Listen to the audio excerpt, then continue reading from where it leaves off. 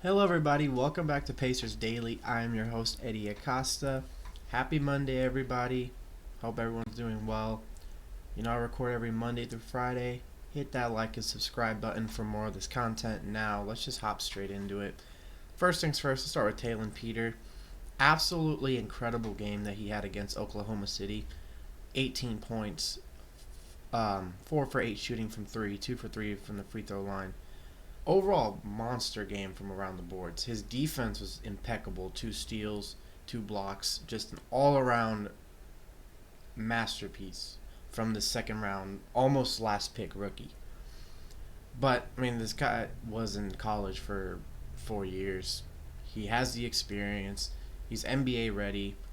Now, we always saw him in college and we knew that he was a good shooter, a really good offensive player. Never really thought that he was the best defender, but what he showed against the Thunder was that he could blossom into a very good two-way player. So we're really hoping that that's the case and that he actually becomes more of a key piece rather than just someone on the end of the bench. But the Pacers have a way of making all these players useful in their lineups. And it does help that he came from a scheme where he would sit in the corner. Every play was randomized. Every play, they ran a different scheme pretty much every play, and they would just find ways to score. Not saying that the Pacers run that kind of offense. Pacers have a little bit of an organized offense. They know who starts with the ball. They know where to get the ball. But every play is different. It's not the same kind of philosophy every play. Not like the Knicks. The Knicks, one player holds the ball for a very long time. Not everyone in the play is going to touch the ball. But on the Pacers, the 5 players, there's a 60 to 70% chance that the 5 players on the court will touch the ball at least once during a possession. A lot of pick and rolls. A lot of opening up to make sure you have an open 3. Just a lot of different kinds of offensive schemes that they run every play, which I feel like would help Peter a lot. So props to him for having a great game. Next, we got the Furf with another crazy dunk. I don't know what he did over the off season or what he, what kind of games he was watching, what highlights he was trying to copy, but just out of nowhere, he's just posterizing everybody in the NBA right now. It's just insane to watch, and obviously, I'm as excited as anyone to see Furphy become an actual role player on this team. I want him on the court. I want him as the backup forward. I want to see him play. It's just as simple as that. I want Furphy on the court. Furphy's a decent defender, good three-point shooter, but his athleticism is absolutely unmatched right now. Now, we have a pretty athletic team. We know, in my opinion, Obi Toppin's probably one of the most athletic players in the league. But Furphy's athleticism is just, especially for his age too, it's up there. And that's just something that we want to see going forward, especially in a season where we have injuries, where we're not going to have Halliburton at all. We're not going to have McConnell for the first month. And, you never know who can get hurt at what moment. People can go their whole careers being healthy, and then one year they just randomly get an injury, and boom. But obviously not everyone's Mikal Bridges. Not everyone just randomly plays 82 games every year, which I'm actually very impressed by that. But no, I'm very excited to see what Furphy can do this year. I genuinely think it's time for him to fully be in the rotation. Now, obviously, last year was his rookie year. A second-round pick. You're not gonna get that many minutes. But when he played, it looked like he had a lot of potential, a bright future. He has, I would say, impeccable potential. Like, it's going to happen if he's given the chance. Just because of the way he plays. He plays with no fear at all. Out there doing his thing. Now, we do play the Spurs next. And just a few things I want to see. I just want to see these players continue to make a name for themselves. Now, obviously, it's the preseason.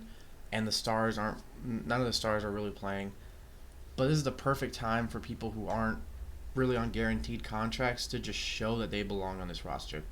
And I've said it multiple times before. I said it a few episodes ago. What do these players bring to this team? Now, whether it's Furphy's athleticism or, Wiseman's rebounding, Tony Bradley's rebounding.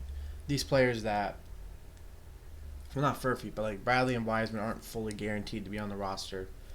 Campaign is not guaranteed to be on the roster. Slauson is not guaranteed to be on the roster. So what can these people bring to the team? And that's what they're over here trying to show up in the preseason. And so far, everyone's looking pretty decent. It's kind of hard to determine who's really going to be on the team so far. Now, my picks at the moment of kind of like Bradley, Wiseman, and Slauson and them. Right now, I'm going with Wiseman on the team. I think he can bring a little bit more than Bradley. But at the end of the day, it's not my call. And I can definitely see the argument for Bradley over Wiseman. But at the same time, I'd rather go younger and someone that still has potential in the league. Now, we are playing with injury, but injury prone versus not injury prone.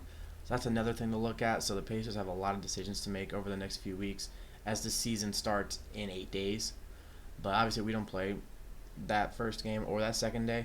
So we have a little bit more time, but the rosters have to be set soon. And last but not least, what a time to be alive in Indy. IU, number 3 in the nation, absolutely shocked a lot of people by beating Oregon on the road, 30-20. I personally wasn't shocked. I mean, IU has one of the best teams they've ever had, probably the best coach they've ever had. Honestly, not probably. The best coach they've ever had on that football program. And overall, I'm excited for this Michigan game coming up Saturday. I am an IU fan. But IU. Then we got the Colts at 5-1, which last time the Colts looked this good was 2009. And obviously the Colts have made the playoffs since 2009 a few times, but we have never started out this hot.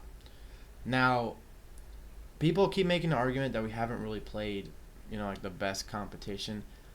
But we're only able to play the teams that are in front of us. We can't control the schedule. We can't change who we play. But the teams we've played, if you look at their rosters, not their rosters, their scheduled games, the games that they've already played, no team has held the Dolphins to less points than us. No team has beaten the Raiders by more points than us. We did against the Titans about the right amount of whooping that we did compared to other teams. I think the Texans actually had the best win against the Titans. The Broncos just beat the Eagles, and we beat the Broncos. And then the Cardinals, that game was kind of a struggle. I mean, we were out Ward and Kenny Moore, which are our 2 cornerbacks, and that secondary was getting torched. And Brissett just kind of had a field day against us. But, at the end of the day, it doesn't matter how you win as long as you win. Wasn't the prettiest win, but it's a win. So, we're now 5-1. And next week we play the Chargers, which that's going to be some tough competition. But we really just gotta lock in and, play our game. Like I said, we can only play the team that's in front of us. Chargers are a good team, but these games, every game that we play, we can show that we are actually a playoff team, and we're not here to just surprise everyone. We're here to just go all the way. But as always, I'm your host, Hery Acosta. This is Pacers Daily. Boom, baby, and go, Sirs.